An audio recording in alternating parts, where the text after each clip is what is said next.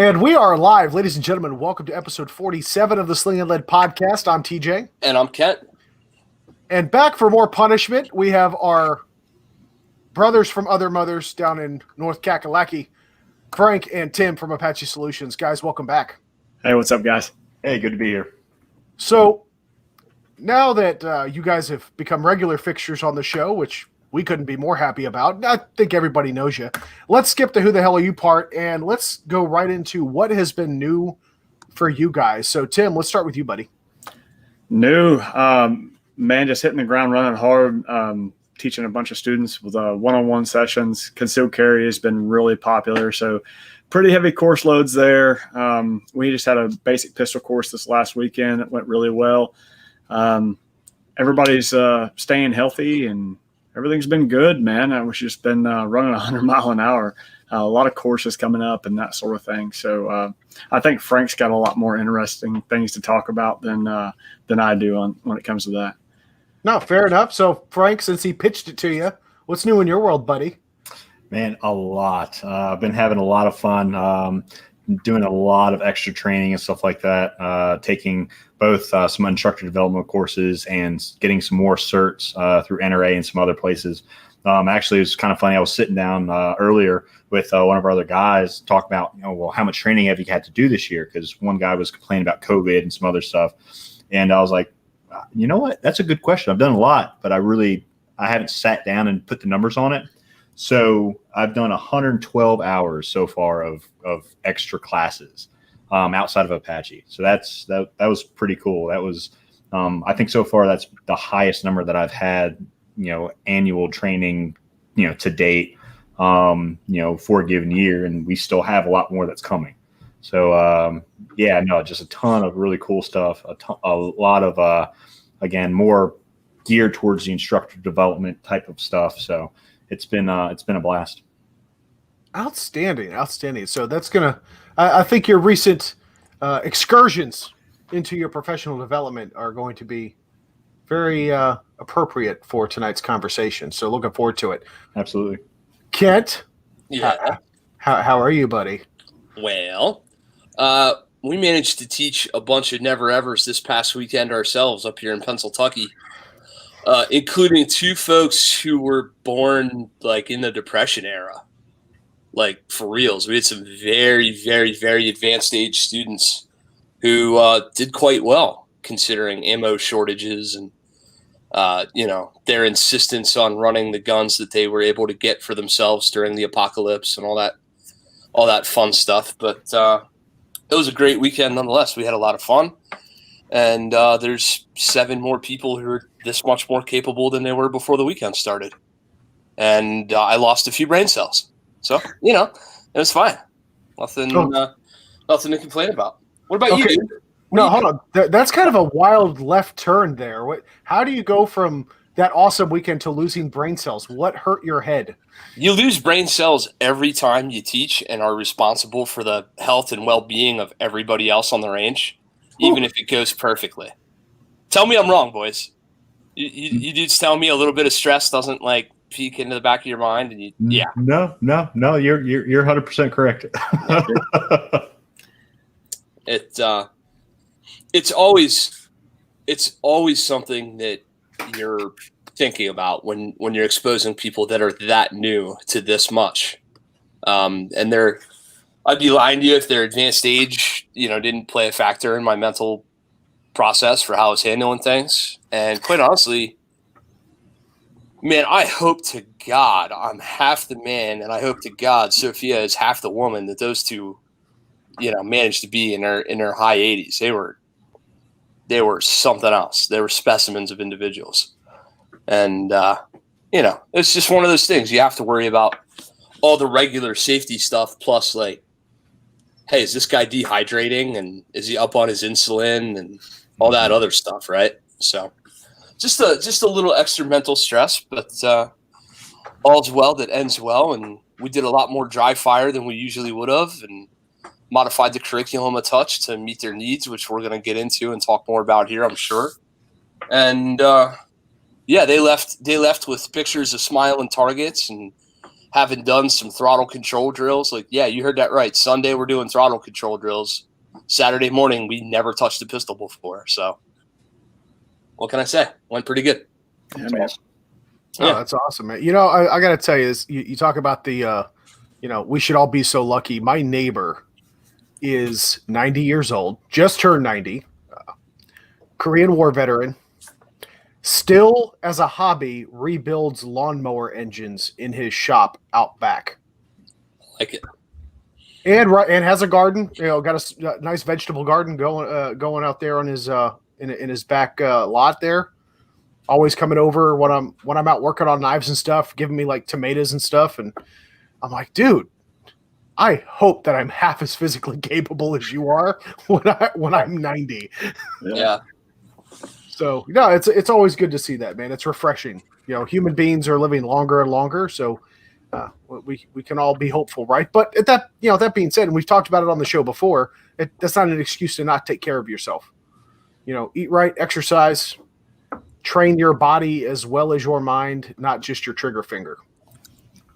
So, but new stuff for me. So Kent, you were kind of serving that up for me. So new stuff. So got a new grinder that just got here today. Wait, like the app on your phone? No, Jesus Christ. I knew that was going to turn around on me. Set it up. Walked right into that one. That updated last week. Thank you very much. Okay. Jesus Christ, Ken, I am so glad that we are co-hosts on this show. You are my best friend. God, I love you so much. Anyway, but no, new belt grinder. So really excited about this one. Went with the AmeriBraid. You guys should check them out. Small company out of California. Putting out some quality products. Shipping times are a little delayed, but if you're looking to get into the knife making game, get yourself a good belt grinder. Go with the AmeriBraid. Don't skimp on it. Just go ahead. I wish, like, having seen this thing now and getting it put together and ready to go, it's I'm like, wow, why didn't I just spend this money to begin with? I think the quality of my production would have been so much better from the start. So yeah, that's usually how I live my life. Buy once, cry once. But yeah. I mean, that being said, I've been able to upgrade my equipment as it's all been reinvested from the other products I've made. So right. I can always say, I've kind of started with a little $50 1x30 from Harbor Freight, went to my first 2x72 for, probably about $600. And now I'm rocking, a $2,000 piece of equipment that is just going to make the production quality that much better. So I'm excited about that. I am down about 30 pounds now in weight. Been really pushing hard. We talked about being physically fit. I've been sticking with jiu-jitsu pretty hardcore, watching my diet. And I for the first time in a long time, I am under 230. Awesome. Cool. Good job, dude. Yep, still going. My goal weight's 200, so I hope to be a shadow of my former self. All that time on Grindr will really do it to you. There's just not enough time in the day. Just all over the place. God, I hate you so much. Anyway, on to tonight's topic, dealing with the Nubs. So for those of you that don't know, noob is a colloquial term used to embarrass, cast shade, call out the novices and the newbies, the freshmen, right? And it, just like everything else in the year 2020, it can also be a term of endearment. Although I guess it would be more of like the 1990s and early 2000s when you could insult somebody or tell somebody how much you love them by insulting them at the same time. God, I miss those days. Right, Tim? You know what I'm talking about. Yeah. So we really want to address, what it's like from an instructor's perspective to deal with the newer shooters on the line. People getting their training for the first time.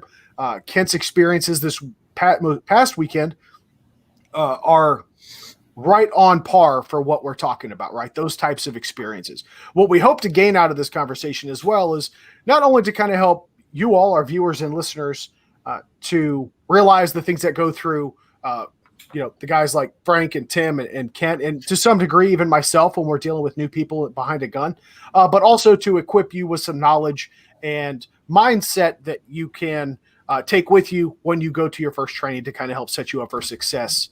So yeah, with that, Kent, let's kick it over to you, man, for the questions, because I know you've probably already got a notebook full, and I'm a complete half-ass when it comes to any type of preparation or note-taking. So always notebooks. There's notebooks everywhere.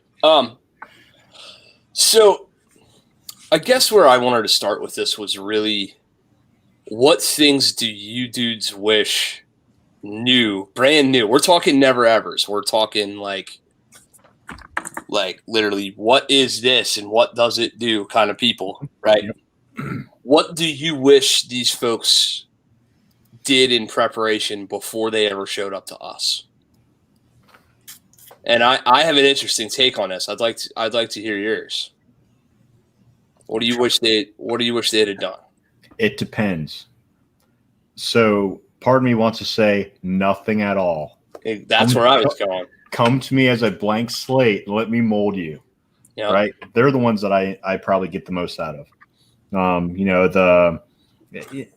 want to be stereotypical, but typically speaking, it ends up being, the suburban house mom or the grandmother or something like that comes to you and says, hey, I was given this. What do I do with it? How do I make this work? Or, hey, I'm a little concerned to go home at night because of XYZ. I feel like I need to learn how to use XYZ. And I feel like that is where I get a lot of enjoyment out of taking somebody that is that new, that green, and taking them all the way through the process, and then going, stepping back a year later and go, whoo, yeah, that lady over there, she is killing it. She does all the right things, and this was a lady that was terrified of a gun, didn't know what it was, when it came to her in a box and she thought it was loaded and it was not. And then the next thing you know, she's like slinging it, like just, slinging lead, right? It's, it's one of the things that it makes you puff up a little bit. You're like, that is awesome. Yeah, I think it's even fair to say that I think, from an instructing perspective or just even a mentoring perspective, you get the most reward out of the noob or the newer shooters, right? The never evers, right? Because there's such a tangible improvement that often, I can't say always, but often gets made in their journey. I think that's. Oh yeah. 100%. And I don't want to walk over it, but I know Tim and I have talked about it, maybe not necessarily on podcast, but I'm sure we've told you guys. But I think one of our biggest success stories was an older lady who had come to she wanted to learn how to shoot, so she came to a concealed carry class. One of those attitudes, and so she came for a private session prior, and she was very nice, but she said outright, hey, I haven't shot a gun since the 60s. Red flag. Let's start with that one. And, she had some things that we had to work through. And it was probably one of our most, between Tim and I, probably one of our most memorable things that's ever happened on the range. But out of that came awesome success. I can't tell you how proud we were. Not only did she come and, she had some neat things that had happened as far as her journey, but on the concealed carry class, she was cool as a cucumber, just got on the line, did everything just right, just rocked it. And that was one of those, puff up our chest, like, yeah, don't want to brag, but we did that, one of those kind of things. So I personally, I'm the most rewarded by the people who are most likely to be victimized. Yeah. Right. I mean, look at the four of us, right? Who's going to look across the subway station at us and go, oh, I'm going to go get that guy? Probably very unlikely. Look at your grandmother, or look at the nice old neighbor lady up the street, or the kid. Whatever. The kid, right? Yeah. Yeah, man. Who's most likely to be victimized? And when you get somebody who meets that category, and you explain to them, one of the things I'd like to say about this past weekend was, it was so neat to see everybody else who, maybe could have progressed faster or not or whatever, being so supportive of the whole group environment, making a real team effort out of it, seeing the whole group of students going like, oh, that's cool. Did that just really happen? Like, yeah, it did. And then you look at them and go, so what the hell's your excuse? And they're like, oh, okay, I'll go faster. I'll do better. But yeah, the people who are most likely to be victimized are high on my list. So as far as the original question, so that on one hand, there's like, hey, look, don't do anything, right? Please don't do any research. I don't know, man. I think if there's anything that I think we would really want them to do is maybe write down some questions. Because a lot of times, especially the new shooters that come up and those that are likely to be victimized and that sort of thing, show up empty-handed with no questions, no anything like that, and they are that blank slate. They have nothing to ask. So or they might have had those questions before, but when they arrive, it's like, I forgot everything. They completely forgot about any of the questions they might have had because of the stress of the environment, the anxiety or whatever that might be. So yeah, maybe prep some questions or something like that prior to coming to the class. Yeah, questions are good. Another thing that I wish more people showed up with was some semblance of a goal in their own mind. Yeah. Like, hey, what do you want to accomplish? And they learn to shoot. Right. Okay. What does learn to shoot mean to you? What do you expect to be able to do with this device when you leave here? Yeah. And they don't, to a certain extent, you don't know what you don't know, so you don't know. Yeah. And then on the other hand, I've seen two roads of that. I've seen the guy who has just dove off the deep end and, well, YouTube instructor XYZ and Instagram guy ABC and 123 says this, and the Sling'N podcast says that, and here we are, and you have this guy with a head full of all the stuff that he thinks, and he's he has an idea of what gun class is going to be like for the weekend, and then we spend some serious time doing gun yoga in the morning with blue guns and no live pew whatsoever. And this dude's standing there like, but where's the barrel rolls? And I'm like, barrel roll what? We got so much work to do between. Slow down there, Maverick. We don't get inverted until the second scene. Yeah, exactly. So sometimes people over research. The other thing that I see more often than not is people who they have to buy the thing to do the thing, right? No matter how much we tell them, hey, man, I have guns for days and holsters for weeks and ammo for years. Like, just come out with yourself and we'll make this all work. Nope. I went to Jim's bait and tackle shop and Jim sold me this here XYZ gun and, this Uncle Mike's holster with a shoot yourself flap and all this stuff. So we literally have a box in the range house of junk that between Tim and I we have bought over the years because we've done exactly that. Like, so let our mistakes save you some money. Yeah. We've spent so much money on stuff like that. I mean, I can't say how much junk's in that box between the Uncle Mike's holsters and the shoot yourself stuff and the gimmicky, oh, this looks kind of cool. Wow, this is a hot load of garbage, stuff like that. And I think in our one of the courses that, or seminars, I should say, that we offer, post-concealed carry workshop, we go through that stuff. We talk about the Thunderwear and stuff like that, I think a few episodes back. Oh, dear God. But, that's stuff like that that's in the box that we can say, hey, not only is this garbage, but this is why it's garbage. And we can show, it's just not our word. It's here's our proof. Yeah. And so we can try and save our students that embarrassment of going, yeah, that was a bad decision. So let's. I want to touch on the embarrassing bad decisions, because Teresa asks a good question, and I want to make sure that I ask this right. So, in jest, I can emphasize the sarcasm here. So, I shouldn't try to watch YouTube videos to learn how to shoot my gun. Asking for a friend. So, Depends whose videos you're watching. no. Here's the thing, and it was touched on briefly a few moments ago. Where we talked about not doing the research or just come with a clean slate. I would say that I sit on kind of the other side of the fence. I think it's important to ingest as much education as you possibly can.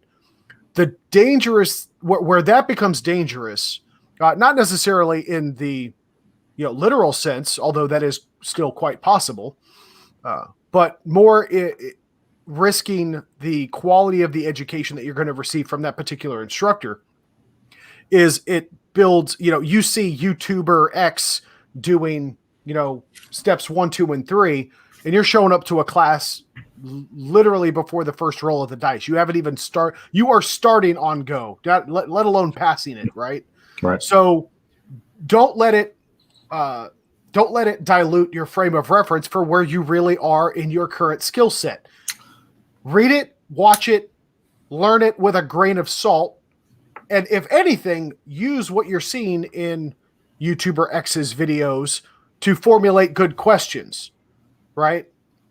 There's a time and a place to ask those, of course, in the course with that instructor. But every instructor you go to, whether it be Tim, Kent, Frank, or anybody, for that matter, they're going to have a particular curriculum built out, points of instruction. So you need to be a good student and make sure that you ask those questions at the right moment. There's nothing wrong with doing the research, nothing wrong with learning from YouTube. I got my degree from the internet. Come on.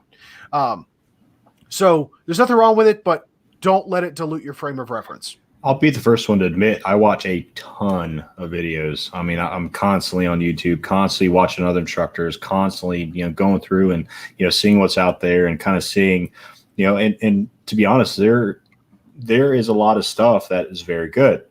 That is diluted by a lot of garbage. Indeed. And so I think the issue with a newer student, and that's what we're talking about, right? We're talking about the noobs, the newer student, the fresh, the fresh-faced shooter, that a lot of them don't have that frame of reference yet. So, or not even a newer student, but maybe somebody that they haven't had any formal training or for any kind of formal education when it comes to coming and getting instruction. So they come with all of these ideas and all of this, well, this is how it's supposed to look because it's cool and it looks cool in a video because that's what sells views and clicks and likes and all that stuff. Mm-hmm. But in practical application, it's the farthest thing from the truth. Or the other thing that I've seen, and I've had an opportunity to go and like I had stated earlier, trained quite a lot recently with a lot of different people in a lot of different places, and I've seen a lot firsthand of. I see what you're doing. I know where you got that from. But they let it overrun their learning experience, what they're actually trying to do in the class. So because they've learned this thing and they've practiced this thing because they saw this person do this on YouTube or wherever, that now I've mastered it because I've seen it and I'm emulating it. Well, it doesn't have the place in the particular class that you're taking. So why are you doing this aside from making yourself look cool or whatever the case may be? So here more recently, probably more than ever, I've seen a lot more examples of that. It's concerning. I guess I understand, especially the current state of everything that's happening, with people being locked up in their homes a lot more, not getting out, in public, not training as much as, they probably could have been or should have been. But at the same time, I don't want to not encourage people from doing that because I'll be the first to admit I do the same thing. I go through and I watch. But it's good to have an open mind and map like for like things and stuff like that. So I've got a lot of friends that actually do some really good YouTube videos and that sort of thing. I don't spend a whole lot of time on YouTube watching a bunch of people and that sort of thing, but I do know a bunch of different references or a bunch of different people that I can reference for specific students. So for instance, what we do at Apache, it's a training facility. The student comes out, they learn a new skill, right? They practice it a little bit. They get it down to a level where they can go home or repeat it in dry fire or whatever, or they could go home and do a little bit more research, right? So I could send them home with a few links. Hey man, go check out my friend here, or check out this guy here. And this guy does a really good job of explaining it here. Read this article, check out this website, and that sort of thing. And you can kind of direct them accordingly. So that YouTube is great for a lot of things. But if you're just loosely trying to find a whole bunch of stuff, you're going to see that, hey, this guy does it the complete opposite and way different than this guy. And both of them are really convincing if I don't know any better, right? So I think YouTube can be a great thing if you're given some type of quality direction. Yeah. So, and I'd like to equate this to jiu-jitsu as well, because, this is where I've been focusing a lot of my training effort. I am a research fiend. Those of you guys that watch the show or listen to us routinely have probably put together now that I spend a lot of time behind a computer every day for my day job. So I often take an opportunity while I'm working to have videos and stuff and do research and whatnot on things that interest me. And whenever I have a struggle or a pain point in a previous class, I'll research on ways to mitigate that. Escaping from a particular bad position, whatever have you. And sure enough, I'll do the research and I'll kind of find some methods and techniques on YouTube that can actually answer and help me in a certain way, to at least meet the goal that I'm trying to achieve.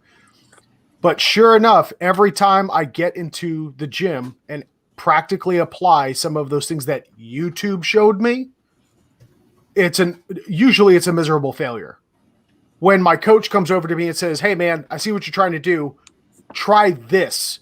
And he'll do that slight adjustment, bend the wrist a different way, lock the elbow, a little bit differently, and then try the exact same thing. And holy shit, it works. Yeah. Right. It's no different than with gun classes. So you have to be careful with what you're researching and understand that when you get to that class, the instructor is probably going to have those last few tips and tricks to get you where you want to be. Yeah. I mean, I absolutely agree with that. I can't tell you how many times that Kent and I have had conversation of, okay, what do you like and who do you like? And, where do you get your instruction basis from? And he'll go, well, I like, I'll do the same thing. I like this from this instructor. I like this from this instructor. And I like bringing us all together. And that's what makes me me. That's what works for me. And as instructors, and, I know I can speak personally between Kent and Tim both, that, we take all of this information in and we go, okay, what's going to work best for this particular student? And we regurgitate that information to that particular student that it will be most effective. Now, for the most part, it's all on the same par. I mean, whatever Kent teaches is going to be very similar to the same thing that, myself or Tim's going to teach. Within reason. It's just the way that we present that information, the way that we go about teaching that, may be a little bit different. It's one of the neatest things about this is figuring out what resonates with what type of student, right? Oh yeah. I mean, it's so neat to bring somebody with you to multiple classes and to graduate a student up the chain a little bit. And have the other instructor. This just happened with me and somebody else, right? The dude looks down the line and goes, "Hey," I'm like, "What?" He goes, "You've been saying that shit to him for months?" I'm like, "Sure have." He goes, "Doesn't it suck when it works for somebody else and not you?" I'm like, "No, it doesn't, but it does. I'm just glad it got through." It's so funny, right? It's like, one different analogy or one slight tweak in a word or one minimal correction of something like literally anatomical.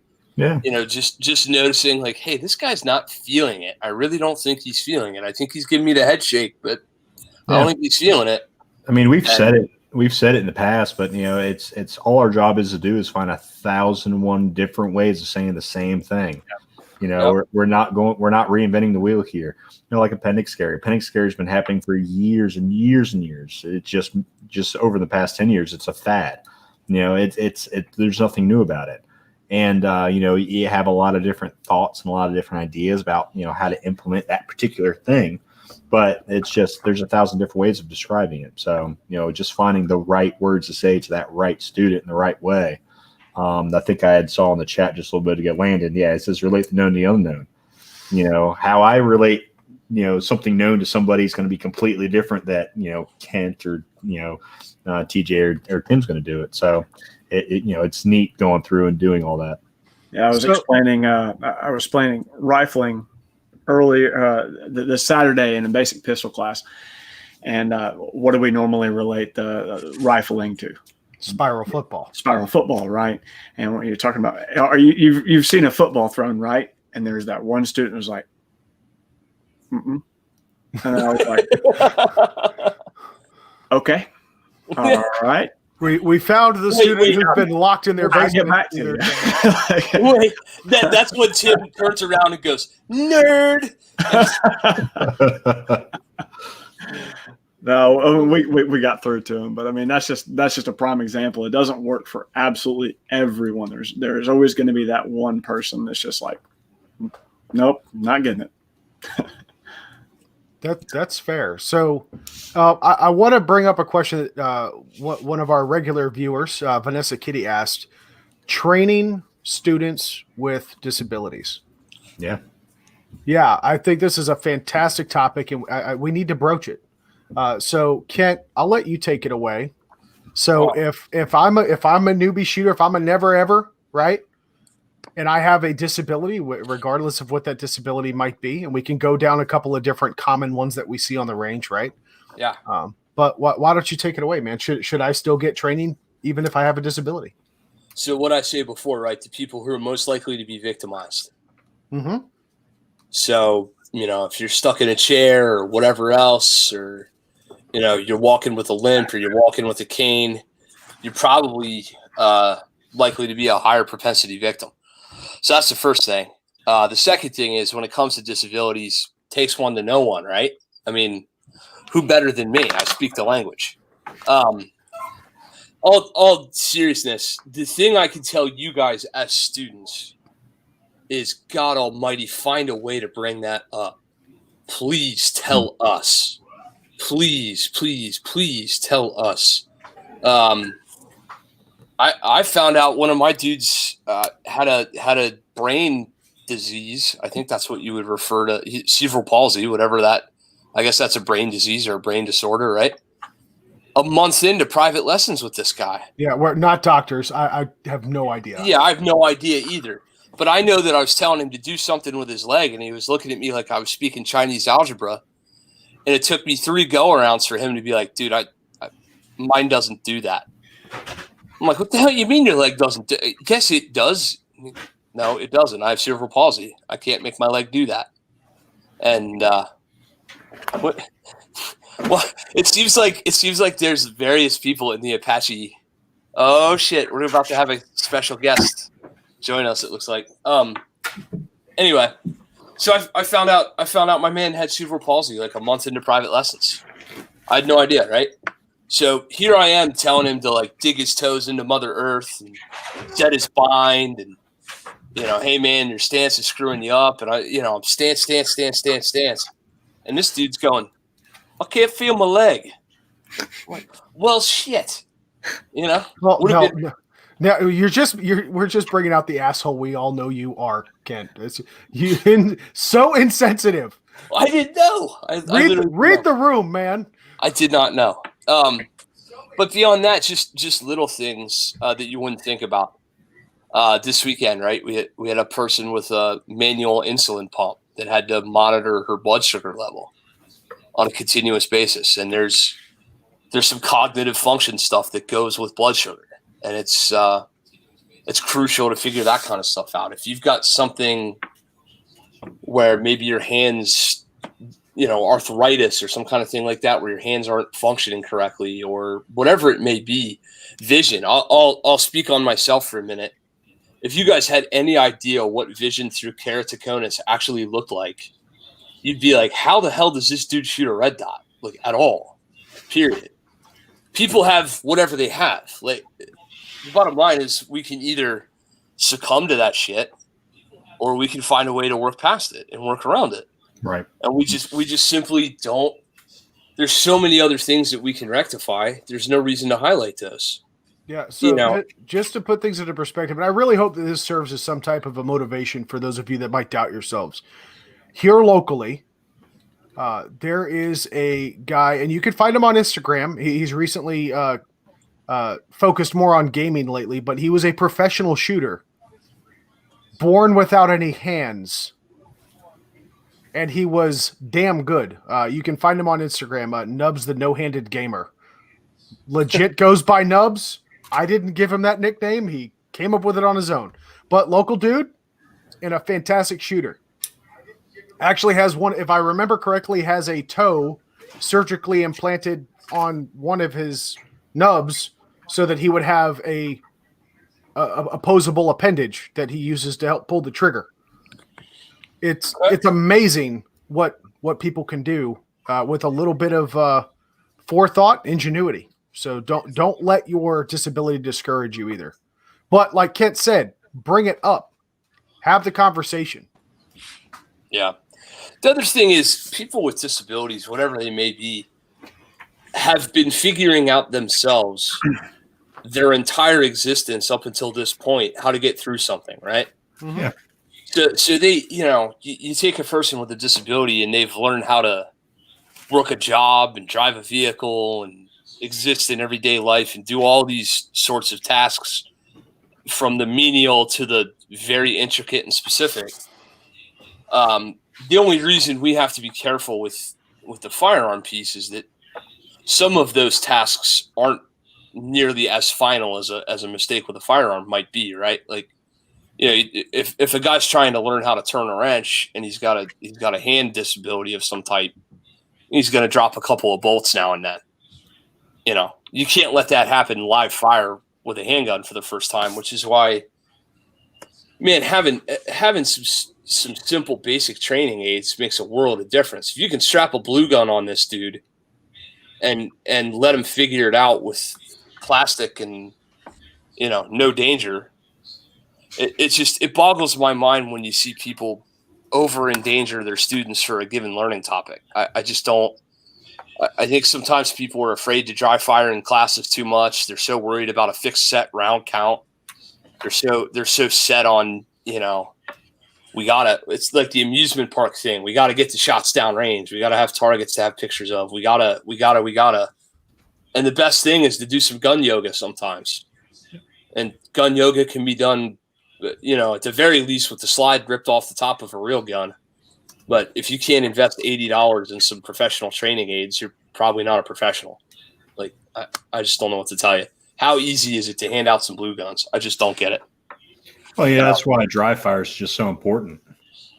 Taking that live firearm, making sure it's clear, and then going through the process of making sure that that person with that, disability, capital A on the ability, making sure that that's, they're able to go through and they're able to safely go through the process of being able to, use that particular firearm or whatever it is. I mean, they've been doing this their entire lives, just like you had said, how, going through the whole, the process of, how do I hold it and how do I do this?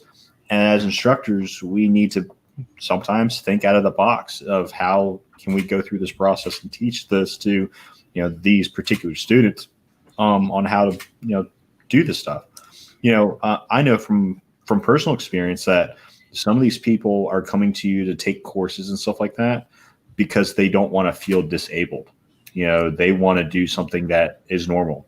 So if they're, let's say they're wheelchair bound, there's a lot of people that will tiptoe around somebody that's in a wheelchair. Or if you come to one of our courses and we know you, I'm not just saying we're going to walk up to random old ladies and dump you out of a wheelchair. But if you're a student and you're comfortable with it, and we know you're comfortable with it, and that's what you want, we're going to walk up to you and dump your ass out of a wheelchair, and we'll go from there because that's what's going to happen, right? Mm-hmm. So, there's ways that you tiptoe around that. There's ways that you handle that. But at the same time, most of these people want to be just like everybody else. It's not an issue. It's they're coming to you because they want that same education that they're getting everywhere else. We just got to think about how's the safest and most efficient way we can go around doing this. So let me give you a quick pro tip. When you're doing a private lesson for a student in a wheelchair, don't bring up stance. Just don't do it. Yeah, I remember remember that one. I remember that one. Just don't do it. So, and this is a couple years ago. I won't bring up his name. I know he doesn't want to be talked about, but I had a student call me up, said he's a Marine. Let's see, he got blown up in Afghanistan, lost both of his legs and some digits on his hand. And he said, look, man, I'm looking for some practical, realistic training, something that's useful to me. I'm not looking for anybody to feel sorry for me or anything like that. I just want to know that when I come to you, you're not going to be like, oh, pity on you and that sort of thing, but you're actually going to push me and challenge me because my fight's not going to be the same as yours. And he's like, I know there's somebody out there that's willing to take my life, and I want to be ready for that, and I'm like, dude, you're not going to get any pity from me, and me especially, because you know what you signed up for, bro. So when you get out here, absolutely, I'll be more than happy to dump you out of that wheelchair or to knock you over off of your stilts. I have no problem doing that, so long as we prep you. It's not something you say, yeah, sure, man, let's just lock and load and step up to the 5-yard line and we'll throw a target down range and I'm just going to kick you over and we'll just go from there. No, it's not going to start out like that. We're going to make sure we discuss it and we kind of break it down and build it step by step. And something I learned with working with him, I actually have him in an upcoming course. I won't say which one, but I have him coming up in an upcoming course. Something that I found really interesting is it's made me work harder as an instructor because, as you said, you can talk about stance all you want, bro, but until you see somebody stand on stilts and have to deal with recoil, yeah, good luck talking to him about stance. Right. Because when his legs are computerized and they go off of his hip motion and that sort of thing, man, there's a lot of back and forth between you and the student asking questions like, what makes you do this? How can we counter this? This is what I'm trying to get you to do. Can we achieve that? If we can't achieve that, can we achieve something different? And to try to meet him in the middle. It is not the same. Working with somebody like that, it is not the same as working with just anybody else. So you can't put them in the same category. And you really have to step outside of your box as an instructor and say, yeah, this is probably due to, you squeezing the grip as you press the trigger with your bottom 2 fingers. And he looks at you and is like, I ain't got my bottom 2 fingers, man. Right. So yeah, tell me what I'm doing wrong. But the wheel says. The wheel says. The wheel says. The wheel. That's one of my favorite ones. No, man, you've really got to think outside the box a little bit. Firearm modifications and that sort of thing too. How can we? He's missing part of his thumb. He can't really reach his magazine release. What can we do to make this better? Can we get a magazine extension? Can we reduce the magazine catch spring? What can we do to help you get to that magazine release faster so you can go through those emergency reloads and that sort of thing? There's all types of different things that you've really got to pay attention to as an instructor. It's not as simple as, yeah, man, I'll kick you over, whatever. Right. Really got to pay attention to them. All I'm taking away from this is y'all like dumping people in wheelchairs out of them. It's fun. Every chance I get. Terrible. It's funny. You were talking about, and this is kind of off the subject of disabilities, unless you're talking about me going to a dojo and rolling in some jiu-jitsu, then this definitely looks like I have a disability. It's terrible. Everyone's got a Anyhow, I showed disability up. when you're getting choked out. Yeah, I showed up and I had my rig on, that sort of thing, with an orange gun and my light that's paired with my holster. And I said, all right, I want to test this thing out. I want to see just how well I can hang on to it while rolling on the mat and that sort of thing, and if I can access it on the ground and that sort of thing. I'll tell you what, that was a humbling experience. That was a very humbling experience. I mean, it's a real eye opener when you get on the ground and you realize that I can't bring my arms up here to protect my head as well as I thought I was going to be able to, or I can't go for that choke or that arm bar or something along those lines because I've got this liability down here, that I've got to protect. It's definitely an eye opener. And that was honestly, that was one of the, it was the first time with that specific individual ever doing that. But it's definitely an eye opener. Oh yeah. Oh yeah. So it's funny. I'm glad you mentioned that. It's something that Kent and I were just talking about this. I'm going to have him send me one of his blue guns. And I'm going to take it to the gym with me. And I'm going to find me a training partner that's willing to roll in street clothes while I'm carrying a dummy gun in my appendix rig because I have some theories that I want to test out. Can I give you one piece of advice that I almost forgot to give you when we talked about that off air? Sure. No finger in the trigger guard. Oh, you don't want to see me break a finger? I do not. That's all. Yeah, we learned that like really quickly. Not in jiu-jitsu, but you learn that really quickly when you start talking about doing disarms and stuff like that. In previous lives or a previous life when I've studied that stuff, albeit lightly, as a noob myself, and never ever. You learn very quickly to not put your finger in that trigger guard. It'll snap like a toothpick. So, on the subject of new people, let's talk about just general preparation for life on a gun range for 2 days, right? It amazes me that new students, or anybody for that matter, shows up to the range with like the little half-ass water bottle from the hotel and like one of them, right? And no sunscreen, no bug spray, no chair, no note taking, no, we're not prepared to be here at all. And it's almost as if a young entrepreneurial firearms instructor and his wife might have wrote up a nice big long fucking, here's the stuff you should have with you, right? And that might have made sure that thing got sent out, like, I don't know, a couple different times before the event. And what time to be here. And, I know the gate's a little hidden behind the mulberry bush, but I promise there's a gate there. All this stuff, right? And people roll in, and it seems like all weekend, you just hear, hey, do you have? And I'm like, yep. Like, but you didn't even hear what I know. I have it. I promise you I have it. Whatever it is, I have it. Unless it's bearing grease for your wheelchair hub. Because I don't know what to use. But, yeah, it amazes me people roll in without proper hydration, without having, lickies and chewies, as you mill dudes like to say.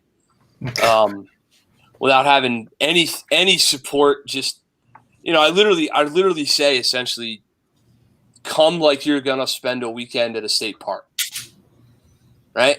You should have something to sit on. You should have a shitload of stuff to drink. It's just, and they roll in blind, and those kinds of things hamper their training experience to a certain degree because they're not. They're just not ready. It's pretty simple, right? At least you would think it is.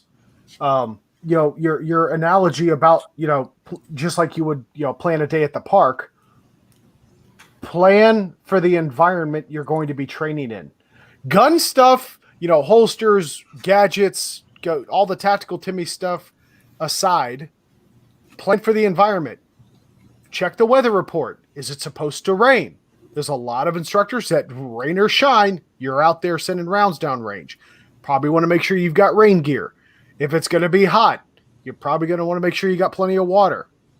Because ain't nothing going to hinder your training evolution like heat stroke. Right. right? Yeah. So, that's something that I feel like we really take to heart.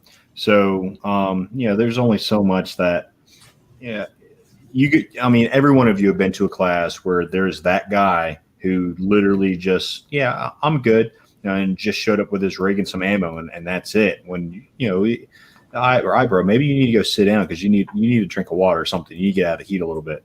But, again, as instructors, it's though it is not necessarily our responsibility, it's our responsibility to make sure that they're safe. And part of that is making sure that we have adequate water and some extra provisions set aside for that.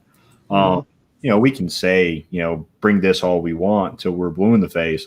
But, if there's, anything that we can do that can help mitigate some of that, any of that risk, we're not doing our jobs if we don't do it. Like water. I mean, that's the easiest example. It is hot down here in North Carolina and humid. So we make sure we have a great big old monster cooler slam full of water. Whether it's going to be cold or not, it's going to be questionable, but it's at least there. It's going to be wet. But, so that we can, all right, maybe you need to take 5 minutes. Let's cool down a little bit. Let's rehydrate. And even if us as instructors, I cannot tell you how easy it is to forget to stop and do the exact same thing. Yeah. Stop and hydrate. We get into go mode, and then you're out on the line. All of a sudden you go, whew, I need something to drink. And we had just started the next line. So, it's important to stop and pay attention to stuff like that. And don't get complacent just because it's indoor training. Kent, you and I went through Jedi's class, here in Tennessee, February, right? Wasn't terribly cold. Not a whole lot of sunshine. Indoors. We're still running to get water, making sure we've got big old, gallon jugs and Gatorade and places that we got to stay hydrated. I mean, it's a physical activity, right? So don't get complacent just because your training might take place indoors that day. Right. Yeah, I mean, there's other stuff too. I mean, having lead wipes, for lead mitigation, having builds character. Having Band-Aids for the ouchies and the boo-boos and stuff like that. Just silly stuff. I mean, obviously we're going to surgical tape works wonders. Ask Kent. I mean, we're obviously going to take care of the big stuff, but there's a lot of little stuff too that just people don't think about, or we even go as far as, again, not our responsibility, but we even go as far as having some extra parts and pieces and gear and stuff like that for, we run a lot of Glock stuff. I know for a fact that there is toolkits and extra spring cups and all that stuff that's there in the range in case someone's gun takes a dump and they don't have a backup. So if we have the time to do it. Frank, think of the class that you guys came up to. And all the stuff, the COVID, I'm breaking out the extra tables with the sanitizer stations and all the water. Frank's over there running his freaking Apache Solutions gunsmithing booth at a Frank's over there doing freaking trigger polish jobs and replacing springs, and homeboy's like, man, that's a nice blah blah blah blah blah. I wish I could have one of those. And Frank's like, I got 47 of them too. Freaking spring cups are hitting dudes in the eyes like they were actually shot out of the Glock. Just all the stuff, right? And we rolled in there so heavy that the freaking springs on my truck are like we got so much stuff, and it's just amazing to me. I really like to see somebody who came prepared, less for the like, hey, this is one less pain in the ass thing that I have to deal with, and more for the thought that their mindset is they're here and ready to work, right? It always seems like the dude that, he's got the jerky, he's got the salt, he's got enough water for him and two other dudes, even if he's by himself. He's got all the ammo, he's got all the mags, he's all squared away. This isn't 100%, on its face, because there's a lot of gear queer dudes that show up that can do no work. Right. But it always seems like the guy that's prepared mentally for these kinds of things is also ready to do some learning. Let's talk a little bit about this desire for a specific round count in training. and why I think I honestly, I think it's a fallacy, especially for a brand new shooter, right? Like, we're teaching What do you. you mean, a desired round count? Well, because people are always judging a training event by, I only fired 150 or 200 rounds, or I only fired that whole thing. And I'm like, man, you came here having never drawn a gun out of the holster. How many dry reps is acceptable before you feel like it's safe to get a live rep in there? Right? I mean, at what point are we potentially endangering students by fulfilling their desire to make pew noises? Yeah. And at what point is it a safe and smart decision? Man, I would submit that, like, for this past weekend, I don't think a live round was fired on our range until like 11:30 or so, and we started talking at 8:45, and I might even be off. By I know we shot live rounds before lunch, but it certainly wasn't too much before lunch, right? And I think students sometimes they have this mindset of, they're like, oh man, I thought this was a shooting class, right? Like, I thought I was here to shoot. Like, well, you are, however, we got some stuff to do.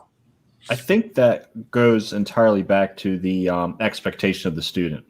Yep. And managing those expectations. So I'll be completely honest. There are many, many, many students that have signed up for a private one-on-one session with us. And on the phone, I was like, hey, just letting you know ahead of time, this is going to be your first session. We probably won't shoot a single round in your first session that you come out for whatever reason. And it depends entirely. That could change. It depends entirely on the particular student. It depends on how quickly they can pick something up or not. But it has a lot to do with, their attitude and, their willingness to learn. And I mean, just a lot of stuff that goes in there. But there have been students that have come out and, whether it be a lot of anticipation or anxiety about what's going to happen, that there have been some that it's been a couple of times that they've come out and we've only done dry work. We didn't press a single trigger at all. Aside, as far as a live round. Before we got them to where they felt comfortable enough, we're like, all right, well, let's baby step into this. Let's try this. So managing those expectations, I think, is a lot.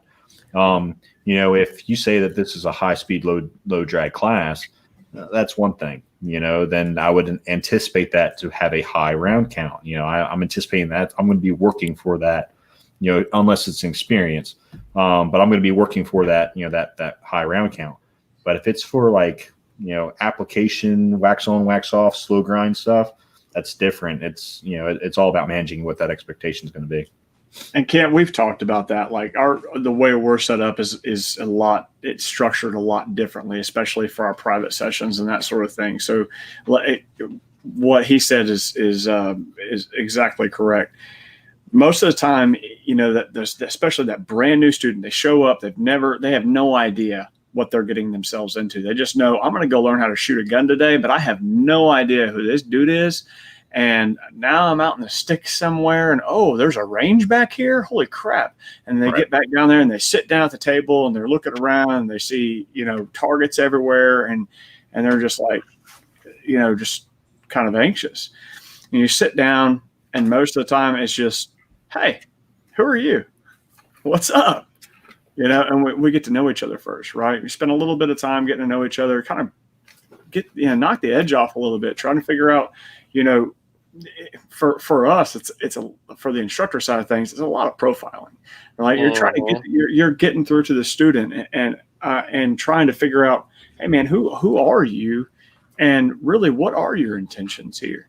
If I'm probably going to structure this a lot differently if it's that student that comes out here and they're my brother's in law enforcement and taught me everything there is to know about firearms, let's just get this done and over with, or this student that's just like, I am seriously afraid of firearms, I'm terrified of them. We're going to structure it based off of the individual, right? And then one of the most important things I found that's really, really helped us out, like Frank was talking about, is expectations. Establishing those expectations. I'm going to say, this is what I expect out of you, and I expect the same out of each and every student. And I go through, 2 or 3 different things. I say, this is what I expect out of you today. Tell me in the next 30 minutes or whatever we got left, what do you expect out of the rest of the day? What do you expect out of the rest of this hour session? And moving forward, what do you expect? What do you see? And, and I let them know ahead of time if I can meet those expectations. And if it's, hey, man, I want to be John Wick. Sorry, man, I'm not going to meet those expectations in the next 30 minutes. Probably never going to meet those expectations. I'll send you to Taryn. Send you to Taryn. Yeah, there you go.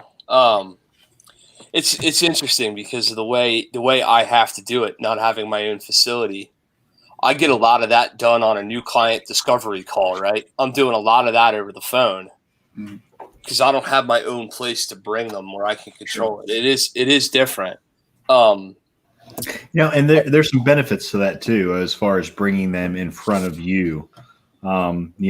There have been, I've received phone calls, from Tim or whomever, whatever, an instructor at Apache, and said, hey, I don't have to warm and fuzzies about this particular person. Just something just seems a little off. Can you be there? Can you come sit on this? And, sometimes that's all it takes. It's just another body there.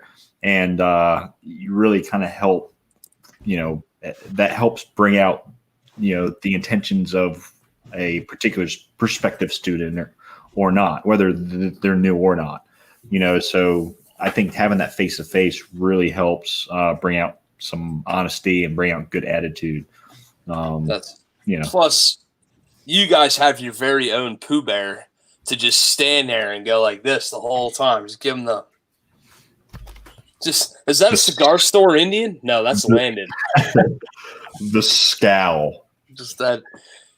Don't mess with us. You have he's all kinds of cleaned up, trimmed the beard down, got his hair all slicked back and everything. He is, being that he looks so much like me, I must say he is a pretty son of a gun. He's a good looking dude. There he is. Internet oh yes. There he is. That is the embodiment of either I just farted and I don't want anybody to know. No. I'm going to settle this right now. What do you got? Frank, you need to post that picture. We are going to have a caption contest. Caption. Best caption will win. We don't know what you're going to win yet, but we're going to think of something. I'll post it right now. Yep. Post that right now. So at Apache Frank on Instagram. He'll tag the show, or he'll tag Kent and I as well. We will all reshare it. I want you guys to caption that photo. Frank, text it to me. No, I'll do it right now. I love this. So, Landon, you are in so much trouble. Landon's over there. Landon, we love you, man. I can't tell you how much I love you, but that's a funny picture. I'll get it put on there, man. So real quick. This was the last thing I had that I wanted to talk about with the of the predetermined things that we were going to go over. I don't know about y'all, but I'm seeing a whole lot of never evers and never thought they would be's, right? The world has gone crazy and maybe it's a good idea to get a gun, right? Which, P.S., it was a good idea before, but welcome to the tribe, right? So I kind of wanted to do a little talking about if you happen to hear this or pick this up in some way, shape, or form, and you're one of those people that's on the fence and I don't know about this, I'm afraid the world's a different place than I thought it was. You're just now being confronted with the idea that, Jesus, man, maybe I really am entirely responsible for myself and my family safety, all this stuff, right? I'm going to speak for myself here. It'd be real easy for us to sit here and go, yeah, duh. Look at the last 6-8 years of content I've been putting out. Look at the last, this or that. Look at, I told you so. It'd be real easy to be smug and sit here and say whatever smart ass stuff that we might think of saying because, we were right or whatever. Instead, what I want you to hear is an olive branch. And I want you to hear that if you are that person and that level of fear is motivating you to want to make this choice, we are here for you. We do not want you to be victimized either, just because you may see yourself as somebody on some side of some different political spectrum, which, P.S., you'd be real surprised to know that firearms instructors also have a lot of depth and viewpoints on all kinds of different topics, and we don't all fit the same mold, et cetera, et cetera. But the bottom line being, man, this is your God-given, creator-bestowed right to take care of your babies and the people you love too. And if some level of friction from the training community or from the gun lobby or whatever you think is keeping you away from this, all the dudes that we associate with and all the girls that we associate with up and down this line, the gentlemen on here and their associates and everybody else I can think of included, will treat you like a welcome participant and will be nothing but professional. Absolutely. So if you are afraid for that reason, please, God, do not let that keep you from doing what's right for your family. Y'all got anything on that? I know I just soapboxed like a motherfucker. I didn't mean to. No, man. What you said. Perfect. Yeah. There we go. Yeah, what he said. What he said. Right? Seriously. We get a lot, actually. I've had quite a few of those. Never want to feel that vulnerable again. Folks that come to us. And actually, since this whole COVID mess and that sort of thing, we've been getting quite a few folks that said, I never thought I ever wanted a gun in my house. Now I'm really considering it. A lot more than what we had before. A lot more. A lot more people coming around to that side of things. And I think it's really important for us as a gun community to be welcoming that in, especially those from different that have different political viewpoints. The more we shun those people away, the more we hurt ourselves, and we do them a disservice. We do our neighbor a disservice, so it is really important, like you said, to not do that. I told you so, I told you so mentality, and to try and really welcome them in. I think the thing that about all of this that's most heartbreaking to me is, I've been approached by a lot of, I have some liberal coworkers, as far as afraid of what, very anti-gun previously, and kind of afraid of what all's going on now, and just the turmoil that's happening. And what's disheartening, or what really stinks, is they're wanting to be first-time gun buyers, but now they're already way behind the curve, and it is so hard to find certain quality right now because they're gone. Like they're all bought out, or they're hard to get a hold of. They're far and few in between. And I was just looking at the chat, and one of our guys, Biscuit, he said, hey, where can I get a Glock 45? He's been looking for the past 4 months, no luck. I mean, man, that is everywhere. I've been looking for particular firearms for some people, and I've had to dip into my personal stash and say, hey, look, it breaks my heart that you can't have what you want, but here's the next best thing. This is what I have. This is what I can lawfully sell you. Something like that. So it's been one of the things where it's been a challenge. Trying to go through and decide what we can do, or what can we do to help fill that void. It's I want to say it's your fault, but it's not necessarily your fault. You know what I mean? I'm glad that you're finally at this point where you feel like you need to do something. But it's our responsibility to try and help guide you, and help lead you, and to teach you what's right, and help share our experience and our knowledge with you as far as making sure it's done properly. So yeah, I want to. This is more of a message for the not so much the never evers, but the people that are already doing it, right? So us, folks like us, those that are already maybe politically aligned or similar with our wavelength on that front anyway. Just because we have this explosion of new gun owners that were otherwise never evers and never gunnas does not mean that they are all of a sudden becoming single issue voters overnight. Yeah. Do not get complacent. Check your attitude and your, as Kent said, your I told you so, and explain to them, help them understand, like, listen, okay, sure, you're a gun owner now. Gotcha. Thank you for jumping over to our side. But they need to realize that the people that they typically favor and will tend to vote for, or at least have the favor to vote for, will enact policies that will take away that right that they just so happenly discovered can actually make them self-reliant. Right? So don't think that, the record-breaking gun sales that we've had over the last couple of months since COVID-19 started is all of a sudden all the many more votes for, keep America great again, or, insert conservative party member here. Right? We still have a duty and a responsibility to politely educate people and share with them our points of view and get them to understand and at least take a deeper thought into the decisions that they make when they enter the ballot box. Right. And Vanessa made a good point. She said there are a lot of Democrats that are pro 2A.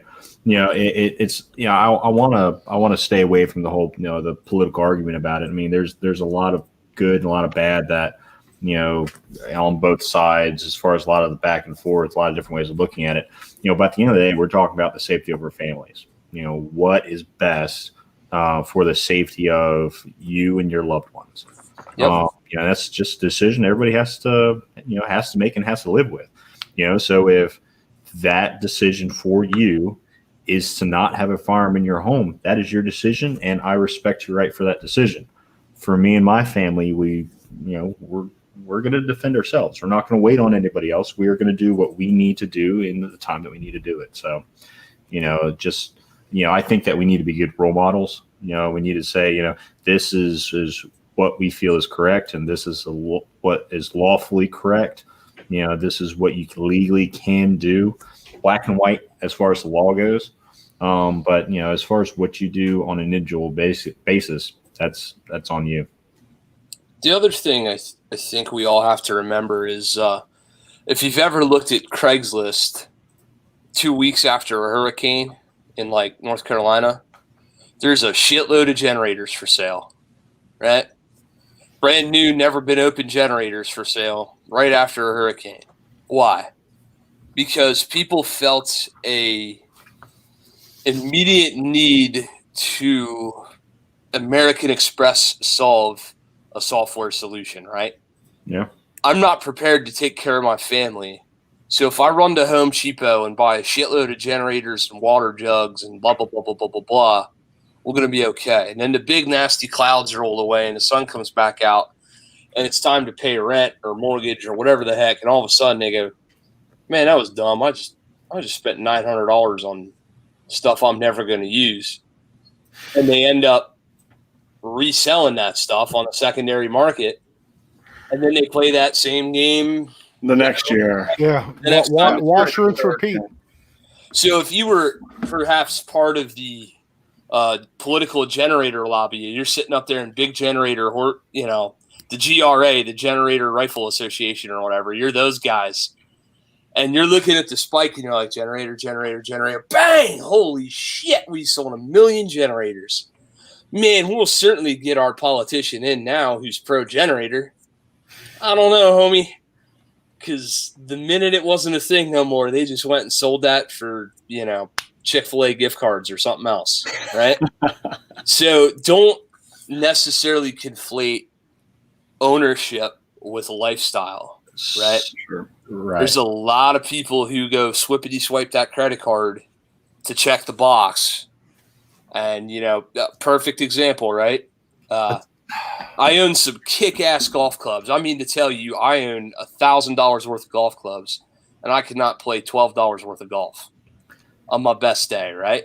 So, I do not certainly receive the Golf Lobby magazine and pay attention to what the Golf Lobby says and worry about rights for greenskeepers, which I'm sure is a problem for somebody, but it ain't on my radar. So we can't just assume that because we've had a huge spike in purchasing and ownership, those opinions won't wander and change again. I'm with you, and that is what is so terrifying about what's happening right now. Yep. There are millions of gun owners that have never owned a gun before that may or may not, depending on their locale, may or may not have decided to strap that firearm on their hip and to start to carry it every day, that have no training, or they have a piece of plastic in their pocket that says that they've completed the state minimum requirement that says that they can have this particular firearm. So, it's one of the things where, it's terrifying because there's no set standard, or there's no. I see Tim. He's getting excited over there. I'm trying to figure out the most tactful way to say what I'm going to say. So keep talking. Just say it.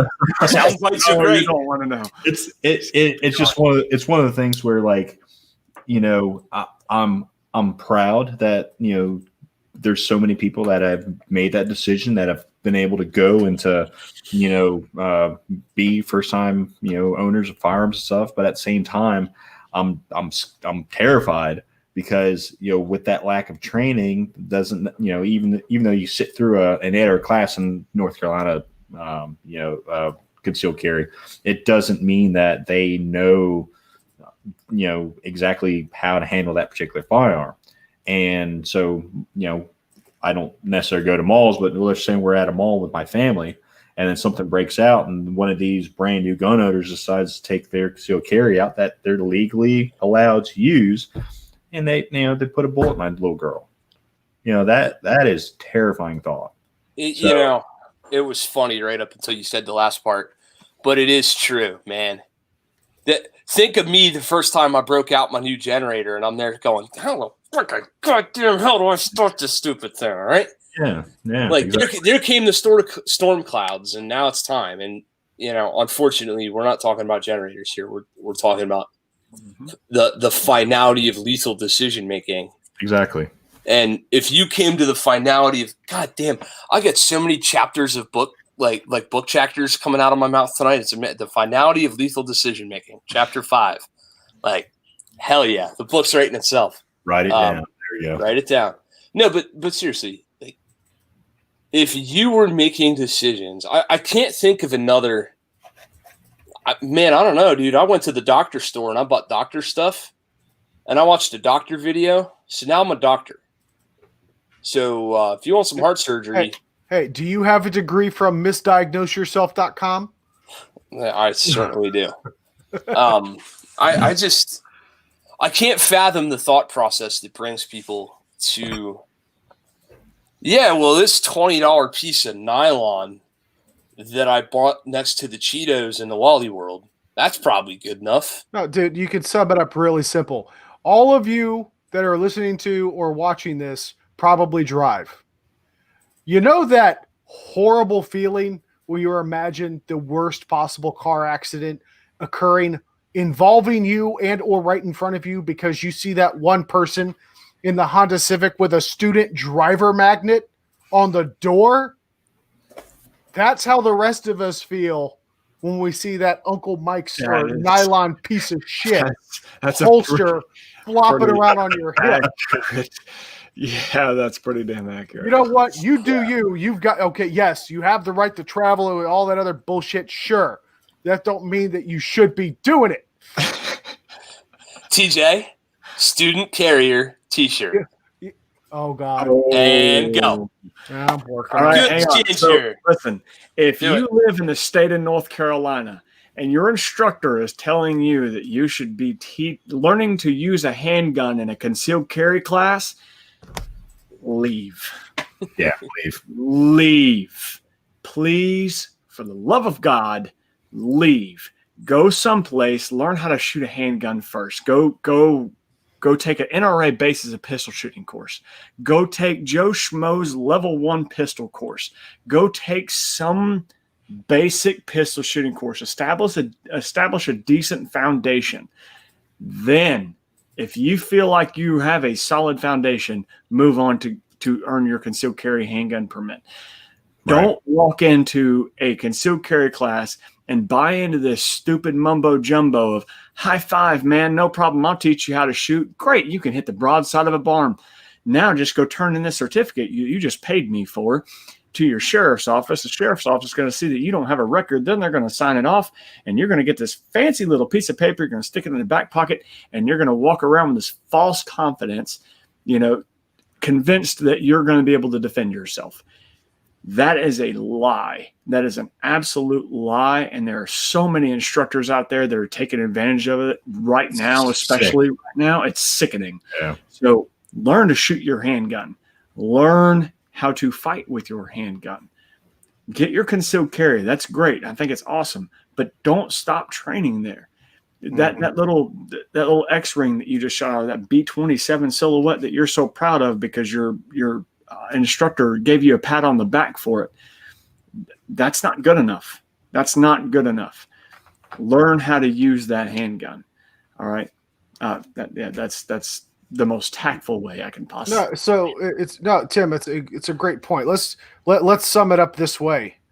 So we can all agree when it comes to firearms instruction, generally, right? You get what you pay for, right? Right. Yeah. Concealed carry classes are worth so much with regard to overall knowledge and skill set development. There is a range here in Tennessee that is doing it for free. Concealed carry permit, doing it for free. They offer other training, I assure you. I would not associate with them in any way, shape, or form if they were not a valuable training institution. But the concealed carry permit class is free because it's another level of bureaucratic bullshit you got to go through to exercise your right. The expectation is that people will get the value of training, and that money is better spent putting it towards classes that will actually build your skill set and confidence and safety. Yeah. So not meeting the state minimum requirements. The purpose of, especially in North Carolina, the purpose of the concealed carry course is to teach laws governing deadly force. It's to teach you how to stay out of jail. Yes. Like that is the goal of the course. Not a shooting class. It's not a shooting class. The shooting class is just so that the instructors have the warm and fuzzies within reason to say that, hey, yes, you hit the state minimum requirements as far as shooting qualification. That's it.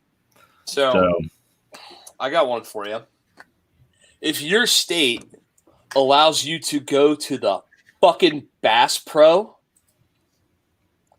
and take a 4-hour class and never fire a live round, ever,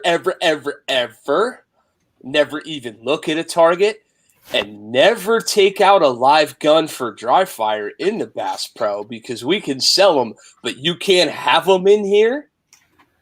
And then you can go down the street and get your CTW, and then you come walking back past me into that same Bass Pro a week later, carrying the bullshit that you bought there. Oh my God. At least y'all shoot some guns in your CCW course, sort of, kind of. Well, so I have a new student, and she's going to be continuously coming back. I'm looking forward to working with her a lot more.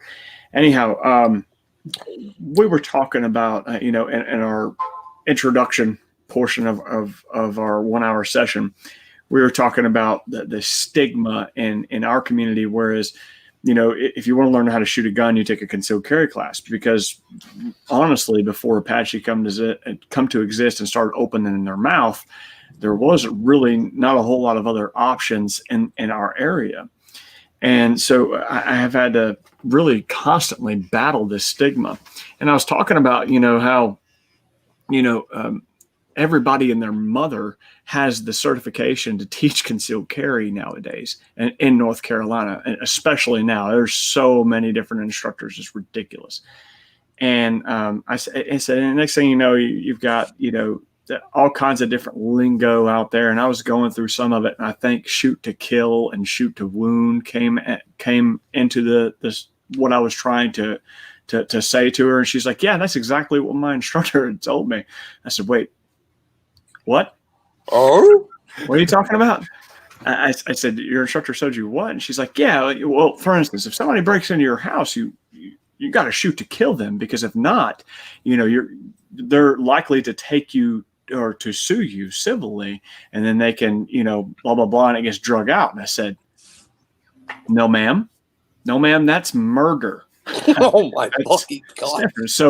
So I said, Oh. well, let me ask you something, because I want to be clear on this. I said, was there any discussion of excessive force? And she's like, what's that? Like, okay. So for instance, if you shoot this bad guy, broke into your house, you shoot this bad guy. Bad guy's laying on the ground and not dead, because it doesn't work like that. It's not like in the movies. Bad guy's he's on the ground, but he's not dead. You were told to shoot to kill, right? So what are you going to do? She's like, well, finish him off. I was like, oh, Jesus. No, ma'am. That is murder. While I admire the sentiment. No, ma'am. No, ma'am. So I had to go through this like hip pocket, deadly force talk on like, no, these things will wind you up in prison. Like, we need to revisit these laws, and you need to be taught the correct way. Otherwise, there is a good possibility that should you ever have to use deadly force, heaven forbid, there's a good possibility you might do it wrong, and doing it wrong isn't going to look good in court. Yeah, I mean, if anything, that kind of stuff is going to be even worse for you, because as a gun owner, you're going to be expected to know. Right. I genuinely think I just had a stroke. And that brings us to today's sponsor. That's just last week.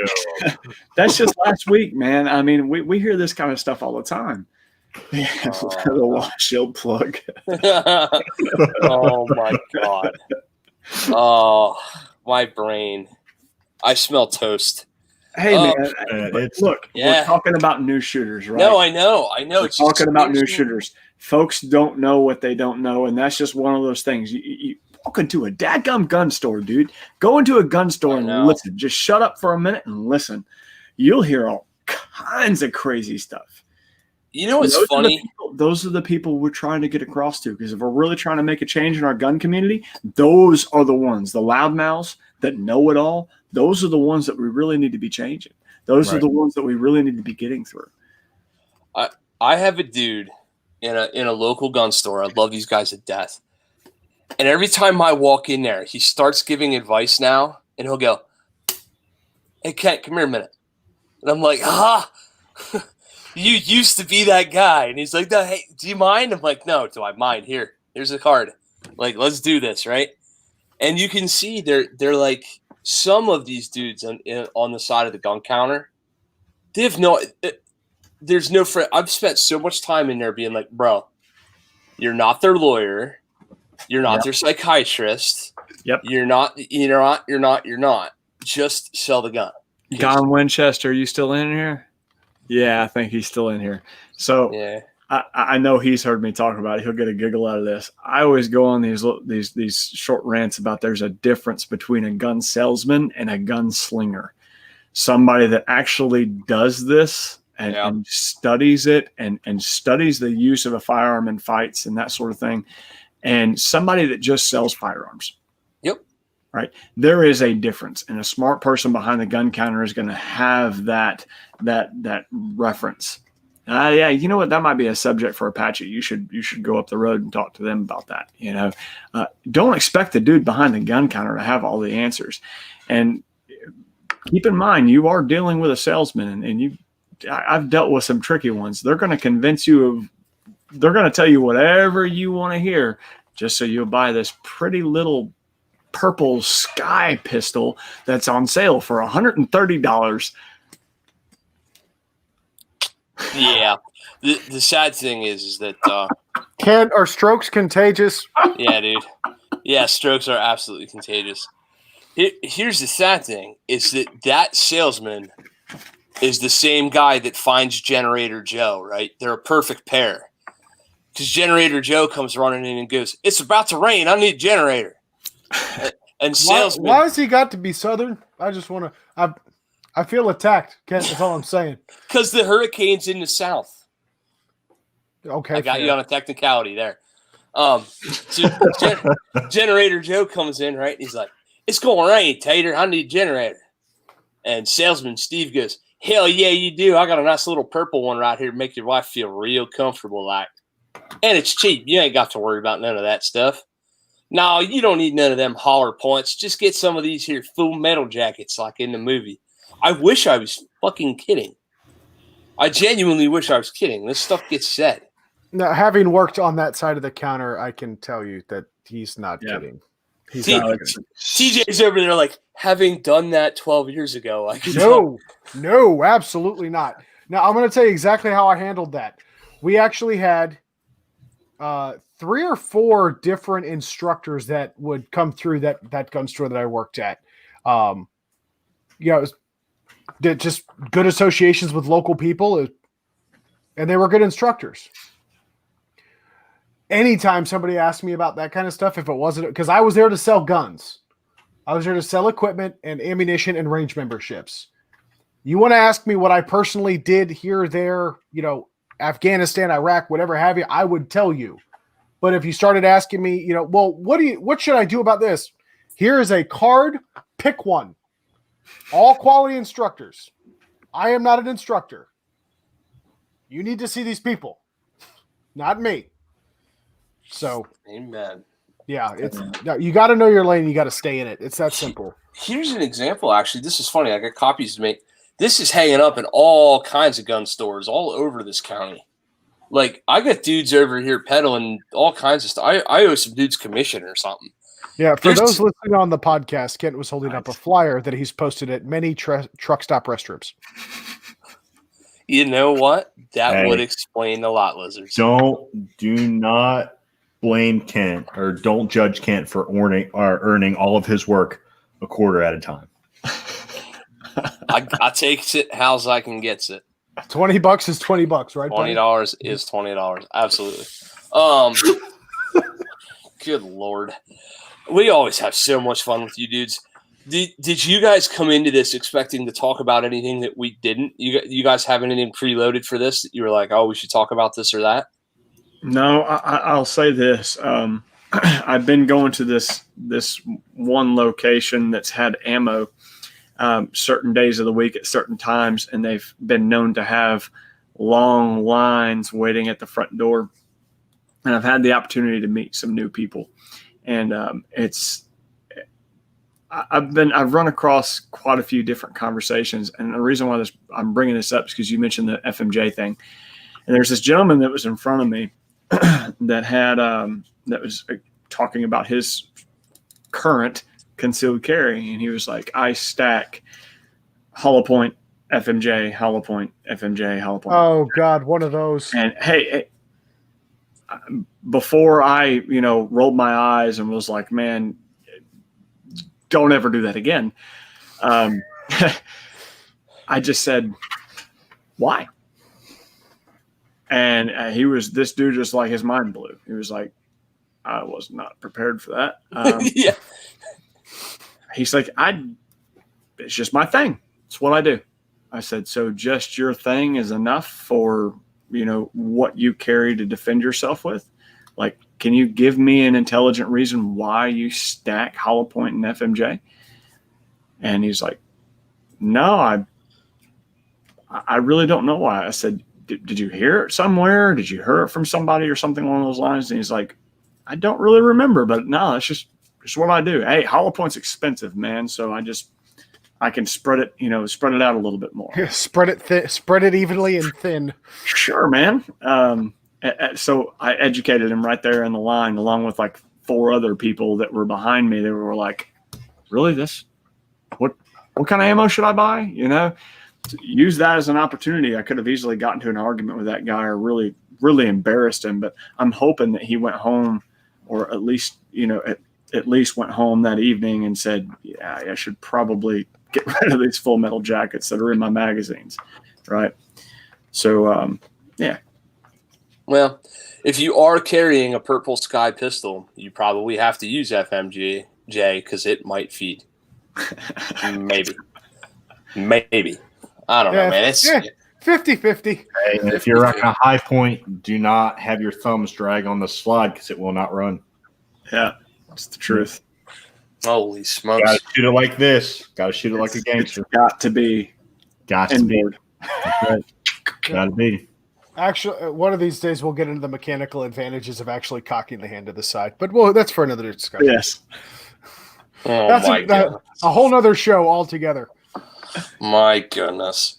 So, well, I think the only other thing that we have to mention is just how surprised some of these new students are with the ability for them to progress so quickly with the right amount of training. And I wanted to save this for the end, right? Because people, they really don't know what they don't know. They don't know what they can accomplish. And you get a lot of people, the right person with the right physical makeup, the right learning characteristics, the ability to apply themselves for 2 days and stuff. You can get someone real far. There's a couple people in this chat who I can like point at and go, yeah, that dude got real far in a relatively short expanse of time compared to, their lifetime of learning other skills, right? Like, Biscuit. excuse me. Mm. Oh my goodness! Thank you for calling my students out. I appreciate that.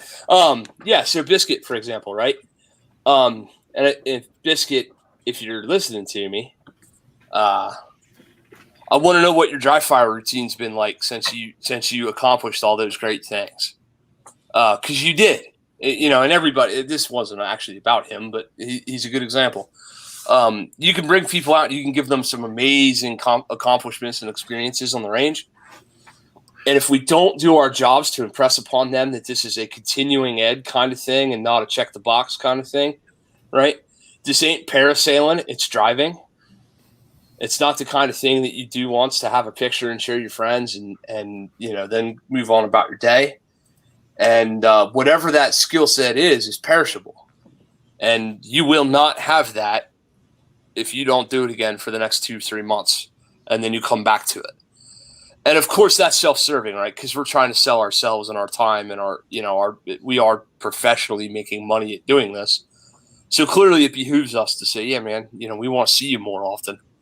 But at the same time, you got to understand for your own safety and personal well-being that whatever you had on the range on that bright blue, sunny, perfect day under the conditions where you knew you were being trained, you no longer possess that skill set 45, 50, 60, 90, 180 days out if you do no work in the meantime.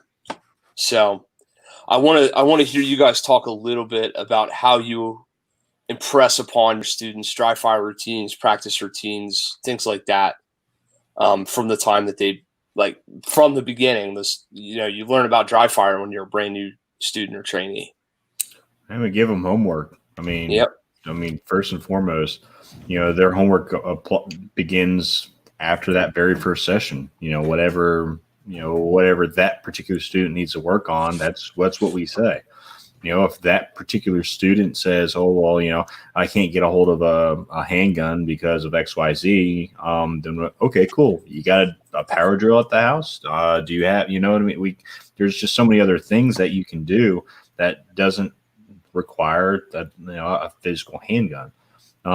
It's kind of silly. It's kind of a running gag with our group of guys now, but every time you get we talk about, a power drill or something like that, every time you get it in your hand, it's finger straight off the trigger, right?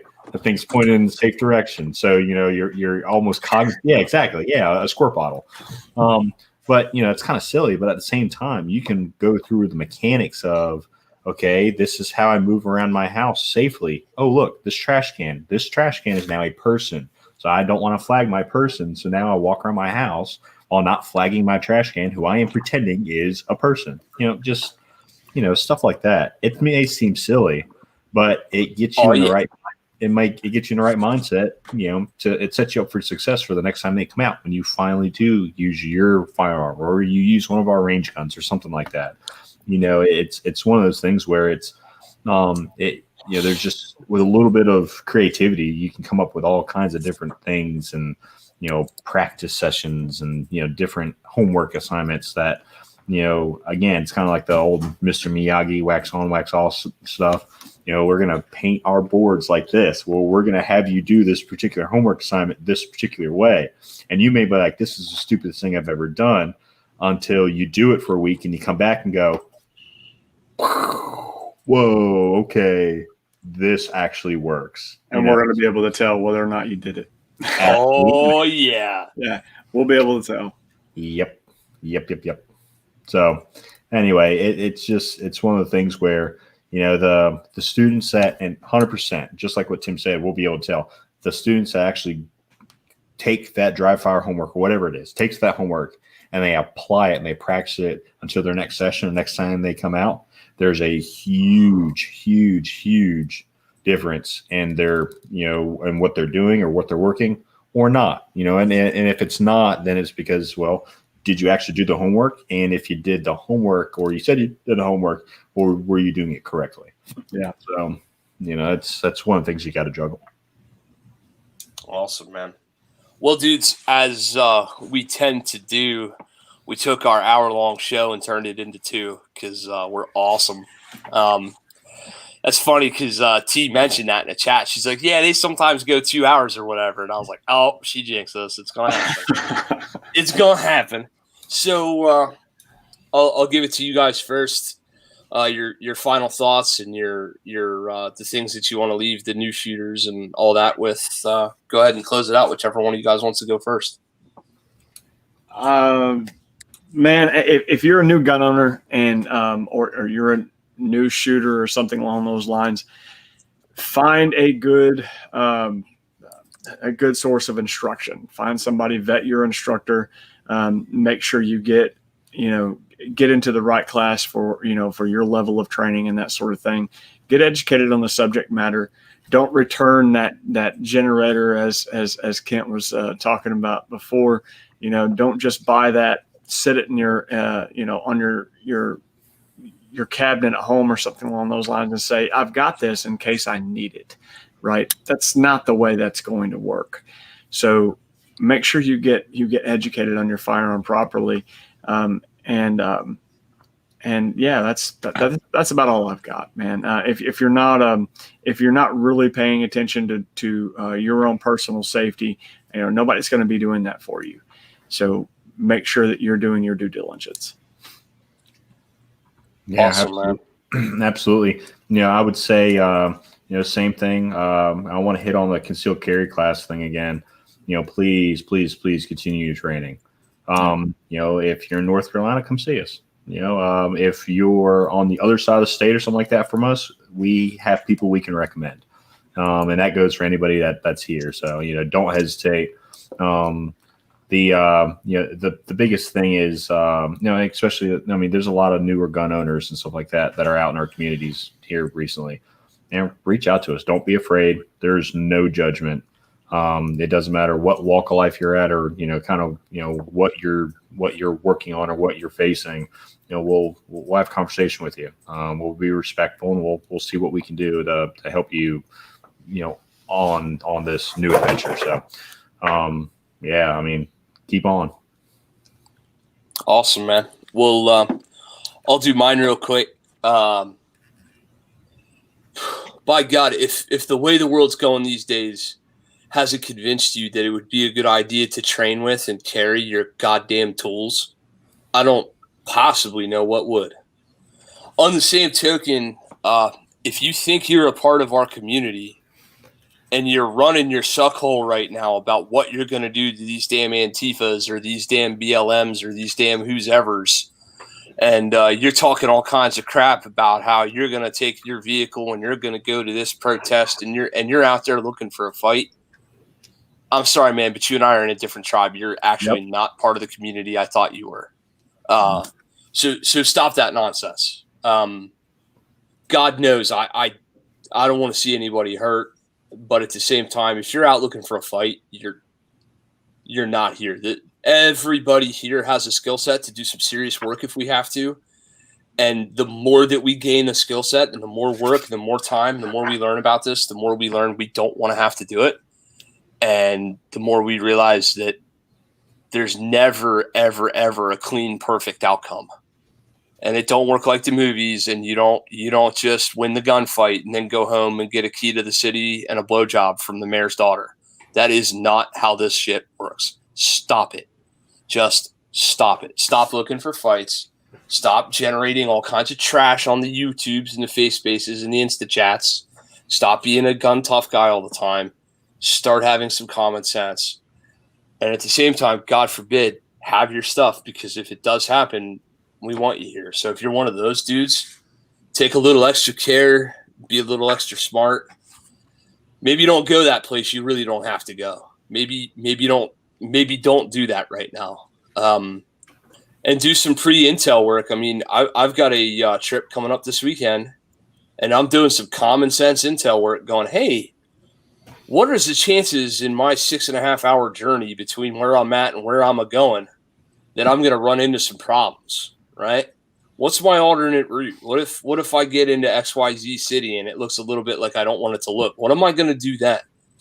And it's comforting to know that the kind of people I'm going to do that kind of traveling with also think that way. But if they don't, and you're going to be the guy, I've also got a family beach trip coming up, and I'm the wife and myself. But if you're the dude that's doing the captain of the family beach trip, maybe pay a little attention and don't drive through DC. Just saying, maybe now's the time for that. Maybe a 45-minute loop around ain't the worst thing. So don't go out looking for a fight. Oh my God. And as I look down to the chat, I see Biscuit right. Don't go to Lebanon. Yeah, homie, you had no idea what you was in for. That was this close. I was not pleased with our current location. But that's all I got, man. TJ, you want to sell some t-shirts or something?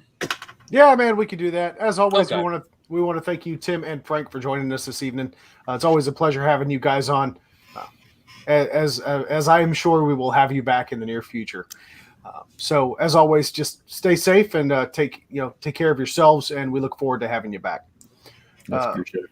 Of course, we recommend supporting a couple of different charities, holdmyguns.org and Racheal's Rest, as well as Voice of the Martyrs. I'm pleased to announce that through t-shirt sales, we have generated about $50 worth of proceeds going to Voice of the Martyrs, which was a charity brought to our attention by one of our previous guests, Bill Rapier. So we want to thank him for that. And as soon as we take the payout from those sales, I'll be donating that money, and I'll be sure to post that on our Facebook page. Nice. I'm sorry we didn't give these dudes the opportunity that we set. You guys got to pick a charity. Our guests all get to pick a charity, and we're donating t-shirt sale revenue to that charity. Okay, cool. Let's do Hope for Haiti. Cool. That's a good one. I'm on board with that. Yeah. Hope for Haiti. Okay, you guys heard it here. I will be sure to post a link in the description. Hope for Haiti. So for the next 2 weeks, any and all t-shirt proceeds will go to the charity of our guest's choice. So be on the lookout in the description for a link to support that directly if you so choose. Of course, you don't have to buy a t-shirt. We always encourage people donated to charity of their own free will. With that, check us out on Subscribestar for all the shenanigans that Kent's going to be doing for $1. Of course, we've got Dark Angel Medical. We want to give a shout out to Carrie Davis, our friend over there at Dark Angel Medical. Code BB15 will get you 15% off at checkout. We get nothing back from that. Just showing Carrie that we love him and love the work that he's doing. Just let him know that we sent you by posting. The Sling'N podcast sent you in the comment section of your order. Of course, we want to thank our friends over at Apache Solutions. You can check them out on all the social media platforms. Their links are also in the description because I think ahead sometimes. We do have affiliates. If you visit greenmountaindefense.com/affiliates-links, you will be directed to all of our different affiliate links. You're going to buy gun stuff anyway, so why not support the channel by using our affiliate links? We do get some kickbacks for those, but it really helps support the channel when you use those links. Of course, check out our Facebook page for additional content. Sling'N Led Podcast has a Facebook page. You can post your questions, comments, talk to us directly. Kent and I both monitor that. So if you have a question you'd like to send over message or chat, you're more than welcome to do so. We encourage you and encourage that behavior. Please keep the banana pics to a minimum, or I guess eggplant, whatever. You can send those directly to Kent at Green Mountain Defense. Please check out rightonoptics.com. There, of course, Kent and I are, of course, pro staff members of Right On Optics. Head on over to rightonoptics.com, or you can reach our affiliate links and purchase a Right On Optic directly from there. Be sure to like, share, and subscribe. Tell your friends so that they too can either join in on the live chat. We love a lively chat, as we have had tonight. So thank you all for watching and tuning in. If you missed the live show on YouTube, you can find us pumping through your favorite podcast player of choice. Until we see each other again, that does it for us here at the Sling'N Led Podcast. Take care of each other. God bless you all, and get out and shoot. Bye, all. See you guys.